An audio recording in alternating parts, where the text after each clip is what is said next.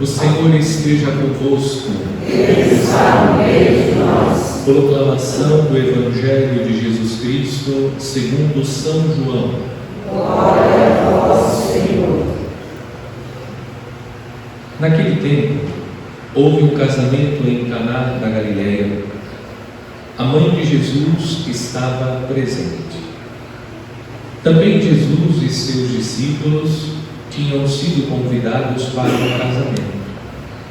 Como o vinho veio a faltar, a mãe de Jesus lhe disse: eles não têm mais vinho. Jesus respondeu-lhe: mulher, por que dizes isto a mim? Minha hora ainda não chegou. Sua mãe disse aos que estavam servindo: fazei o que ele vos disser. Estavam 6 talhas de pedra colocadas aí para a purificação que os judeus costumam fazer. Em cada uma delas cabiam mais ou menos 100 litros. Jesus disse aos que estavam servindo: enchei as talhas de água. Encheram-nas até a boca. Jesus disse: agora tirai e levai ao mestre-sala.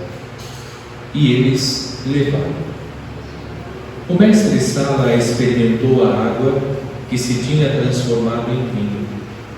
Ele não sabia de onde vinha, mas os que estavam servindo sabiam, pois eram eles que tinham tirado a água.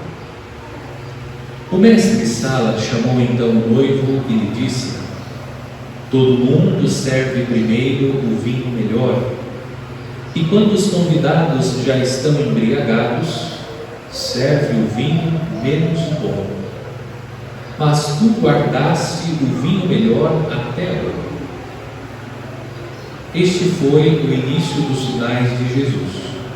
Ele o realizou em Caná da Galileia e manifestou a sua glória, e seus discípulos creram nele. Palavra da salvação. Glória a vós, Senhor.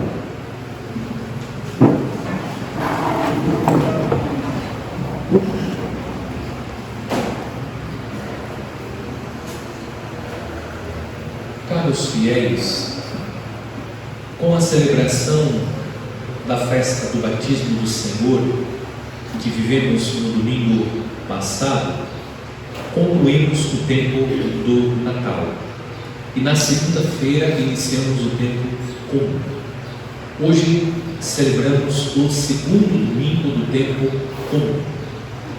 Durante o tempo comum, nós vamos meditar a respeito da vida pública de Cristo. Trata-se de uma característica própria do tempo comum.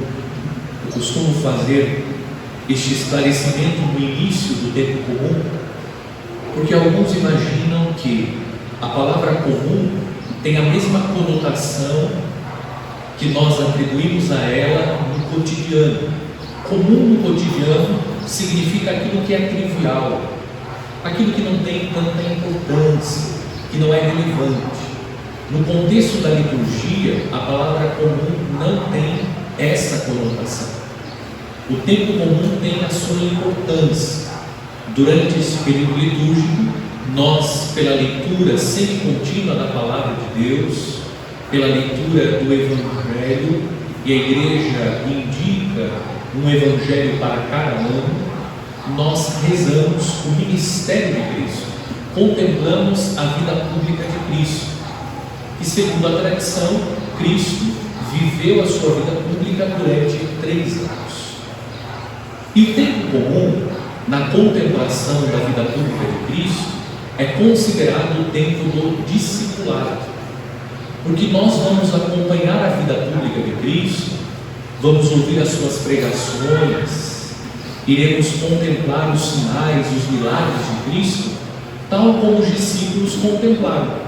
E foi justamente as pregações de Cristo, os ensinamentos de nosso Senhor, os seus milagres, as maravilhas que Jesus realizou, que foi fomentando no coração dos discípulos a fé em Cristo Jesus. O tempo comum é um tempo oportuno para que nós, como comunidade, nos coloquemos na escola de Jesus Mestre e, como discípulos, escutemos atentamente os seus ensinamentos, contemplemos atentamente os seus sinais para reconhecê-lo como Senhor e Salvador. E isto só é possível graças ao dom da fé. E a Escritura ensina que a fé vem pela pregação. A fé entra pelos ouvidos. Nós vamos escutando a palavra de Deus e durante o tempo comum a graça que devemos pedir a Deus é a graça do dom da fé, para que na escola de Jesus Mestre nós possamos reconhecê-lo pela graça do dom da fé como Senhor e Salvador da nossa vida. Feita esta introdução, hoje nós, no primeiro domingo do tempo comum, que no calendário é o segundo domingo do tempo comum, nós contemplamos a cena do primeiro sinal que Jesus realizou segundo o Evangelho de São João. Durante este ano nós vamos rezar sobretudo com o evangelista São Lucas. No entanto, neste segundo domingo do tempo comum, a igreja apresenta o texto do Evangelho de São João. Qual é a cena que hoje nós encontramos no Evangelho? Jesus, sua mãe e seus discípulos estão participando de uma festa de casamento. E a mãe de Jesus, notando que eles, os noivos, não tinham mais vinho, recorreu a Jesus para que ele pudesse intervir em favor dos noivos. No contexto do tempo comum, eu não vou explicar cada detalhe do texto do Evangelho, porque no contexto da meditação do tempo comum, nós não precisamos meditar cada item do texto do Evangelho. Apresenta um panorama. Qual é o sentido da cena que nós estamos contemplando no Evangelho de hoje? A cena do primeiro milagre que Jesus realiza nos remete à cena da cruz, da crucifixão de nosso Senhor. Jesus irá se dirigir da mesma maneira à sua mãe na cruz. Jesus dirá: mulher, eis aí o teu filho. Filho, eis aí a tua mãe. A cena da transformação da água em vinho é a cena que nos remete à aliança. Nós encontramos o noivo e a noiva, porém o evangelista não diz o nome do noivo e o nome da noiva, porque os verdadeiros noivos são Jesus e a sua mãe.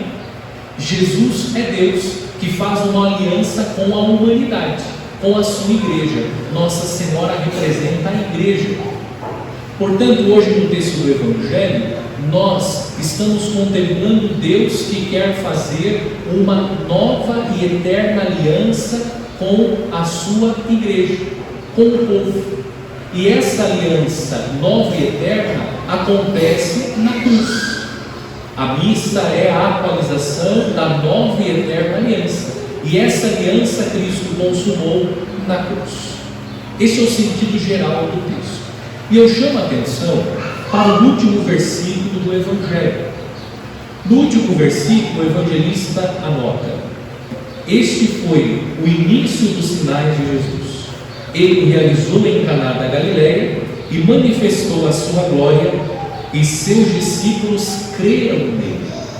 Eu disse que durante o tempo comum nós vamos acompanhar a vida pública de Cristo. E a graça que nós devemos pedir a Deus é a graça do dom da fé, para que nós possamos reconhecer Jesus como Senhor e Salvador. O evangelista está dizendo que Jesus realizou em Caná este sinal, manifestando a sua glória, e os discípulos creram nele. Hoje nós aprendemos com o Evangelho a verdadeira finalidade do milagre. Porque Jesus realizou milagres para que a sua glória se manifestasse, e vendo a sua glória, contemplando o milagre, os homens passassem a crer nele. Mais importante do que o milagre é o efeito que o milagre causa na alma dos homens e mulheres cujo coração está aberto. Eu vou traduzir isso numa linguagem mais simples. Nós não devemos ir ao encontro do Senhor pelo milagre que o Senhor pode oferecer. Nós não devemos ir ao encontro de Cristo pelo milagre que Ele pode realizar. Nós devemos ir ao encontro de Cristo porque Cristo é o Senhor e Salvador. Mais importante que o milagre é o Senhor dos milagres.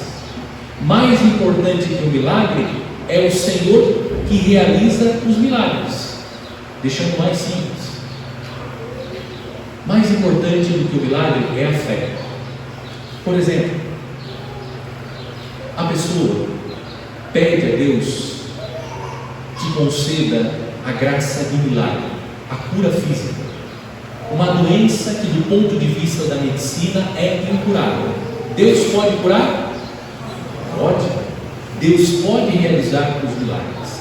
Talvez nós conheçamos pessoas que viveram essa experiência, que estavam acometidas ou diagnosticadas com uma doença grave, que a medicina não pode curar, e elas foram curadas milagrosamente.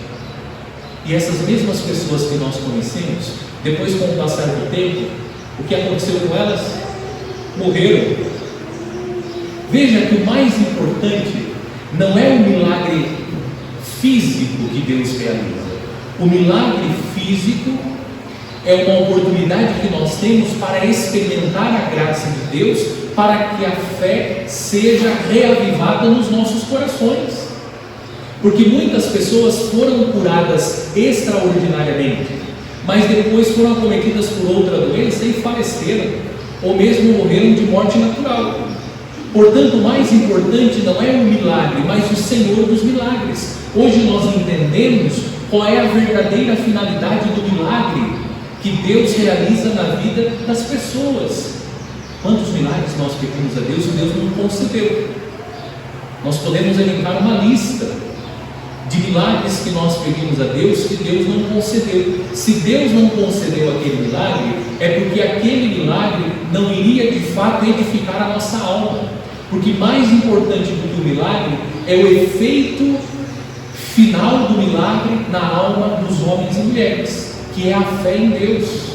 Por isso nós cristãos católicos não devemos ficar correndo atrás de milagres.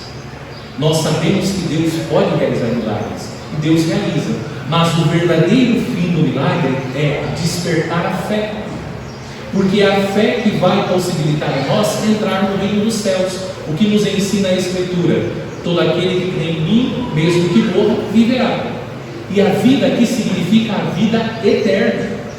Nós não queremos esta vida, nós queremos a vida eterna. Tudo aquilo que nós experimentamos como fruto da graça de Deus deve despertar em nós a fé. Quantos recebem o milagre e abandonam o Senhor? Quantos alcançam a graça e deixam de viver com a presença do Senhor? Posso ser bem sincero, mas bem sincero. Bem sincero. Quando é que nós nos aproximamos mais de Deus? Quando o calo aperta. Quando o calo aperta, é o momento que nós mais nos aproximamos de Deus. Não deixamos de rezar um dia inteiro. Jamais. Mas quando as coisas estão indo bem, nós relaxamos na vida espiritual. Veja que as dificuldades são inclusive meios pedagógicos que Deus, na sua bondade, se utiliza para nos educar, de tal modo que nós possamos, pelas dificuldades da vida, permanecer na sua presença. Porque mais importante do que reestabelecer a ordem fisiológica do nosso corpo, isto é, nos libertar das moléstias próprias desta vida, Deus está preocupado com a nossa salvação, porque as moléstias desta vida podem ser para nós caminho de salvação, porque é verdade, todos confirmaram, pelo menos quase todos, que é na hora da dificuldade que nós mais nos aproximamos de Deus. E é mesmo, nós precisamos estar próximos de Deus para que nele nós possamos crer, e crendo em Deus, diz a Escritura, crê no Senhor Jesus e será salvo. Tu e tua família. Mais importante que o milagre é o Senhor dos milagres. Nós podemos pedir os milagres, mas quando nós não temos uma fé madura, o que acontece? Nós pedimos o milagre e Deus não realiza. Como nós nos sentimos péssimos, e nós nos rebelamos contra Deus, nós nos revoltamos contra Deus, nós deixamos de manifestar o nosso amor a Deus, nos revoltamos contra Deus porque Deus não realizou aquilo que nós gostaríamos que Ele realizasse. Isso é sinônimo de fé imatura, de alguém que está indo ao encontro de Deus, não porque Deus é o Salvador, mas por aquilo que Deus quer nos oferecer. Quem de nós aqui, quem de nós gosta que as pessoas se aproximem por interesse? Quem de nós? A pessoa se aproxima só porque eu posso oferecer a ela isso. Isso é interesse. E quantas vezes nós somos assim com Deus? Nos aproximamos de Deus por aquilo que queremos que Deus realize. Não, nós precisamos nos aproximar de Deus para que de Deus nós possamos receber a graça da salvação. Porque hoje, à luz do Evangelho, nós devemos pedir a Deus a graça do dom da fé, essa fé madura. Irmão, irmã, a fé virtuosa é aquela que me faz permanecer diante de Deus, mesmo quando eu não recebo dele aquilo que eu gostaria de receber. Essa é a fé genuína, porque estar na presença de Deus, enquanto Deus está saciando as minhas vontades, nós permanecemos com tranquilidade. Mas quando Deus não concede aquilo que nós queremos, e mesmo assim nós permanecemos na presença de Deus, essa é a fé virtuosa. É aquela fé que me faz permanecer na presença de Deus, mesmo quando eu não alcanço a cura que eu desejo alcançar, mesmo quando eu não sinto a presença de Deus como eu gostaria de sentir, mesmo quando eu não vejo aquilo que eu gostaria de ver Deus realizando, e mesmo assim eu permaneço na presença de Deus. Esta é a fé virtuosa. É a fé que me faz permanecer em Deus. Como disse Santa Teresa, eu creio porque quero crer, mesmo quando Deus não realiza aquilo que eu gostaria de realizar. Isso é fé madura. Fé madura é isso. Fé madura me faz permanecer na presença de Deus, mesmo quando Deus não realiza aquilo que eu gostaria. Infelizmente, muitos hoje ficam correndo atrás de milagres, escutam algo aqui, algo acolá, e ficam correndo atrás dessas coisas. Como eu falei, pessoas que receberam milagres de cura física depois morreram também. Isso não é fundamental. Deus realiza e pode realizar essas coisas, mas sobretudo para despertar a fé no nosso coração. Porque o que nos garante o ingresso na vida eterna é a fé em Deus, é crer em Jesus.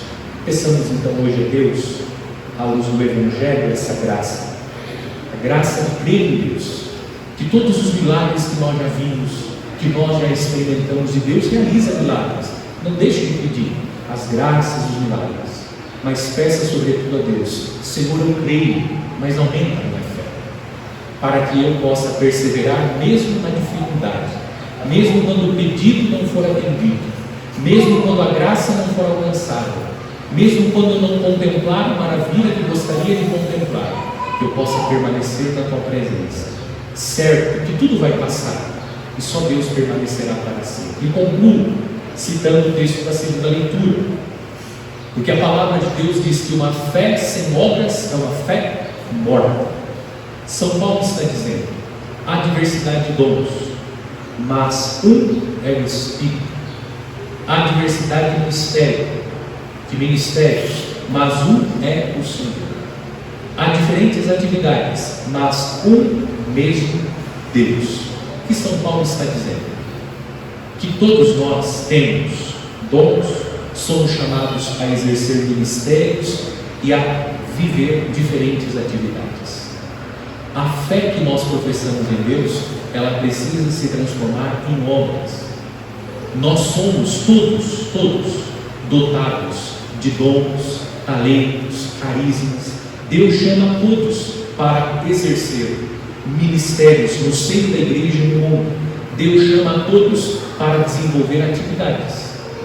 Muitos dizem não a Deus, E por que estão dizendo não a Deus? Porque ficam olhando para as fragilidades, as próprias fragilidades. Meu irmão, eu e você não merecemos mesmo. Nós não somos bons mesmo.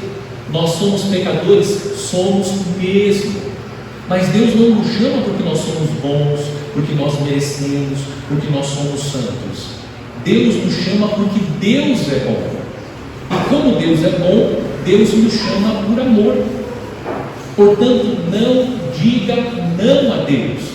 Quando Deus nos chama, Deus nos capacita para a missão. Pare de ficar olhando para as suas fragilidades e justificando o seu não. Porque as nossas fragilidades não justificam o nosso não. Se o chamado é de Deus, um chamado genuíno, Deus nos capacita para a missão. Deus não vai chamá-lo porque você merece, porque você nunca vai merecer. Deus não vai chamá-lo porque você é santo, porque a santidade é um processo. Deus chama pecadores, homens e mulheres pecadores. E Deus nos chama porque Ele é bom. Sabe, quando nós servimos a Deus, pode perguntar para quem serve, de coração e de alma, o Senhor, como nós crescemos na nossa vida de fé. Nós nos tornamos outros cristãos quando nós passamos a servir. Porque nós ficamos mais próximos de Deus quando nós servimos, quando nós colocamos os dons, quando nós exercemos o ministério, quando nós realizamos diferentes atividades, nós ficamos mais próximos do Senhor e crescemos exponencialmente na nossa vida de fé. Que a Virgem Maria, aquela que intercedeu para que o primeiro milagre de Cristo acontecesse, interceda por nós, para que a fé cresça em nossos corações e que, crescendo a fé, essa fé seja transformada em obras em favor de todos os nossos irmãos.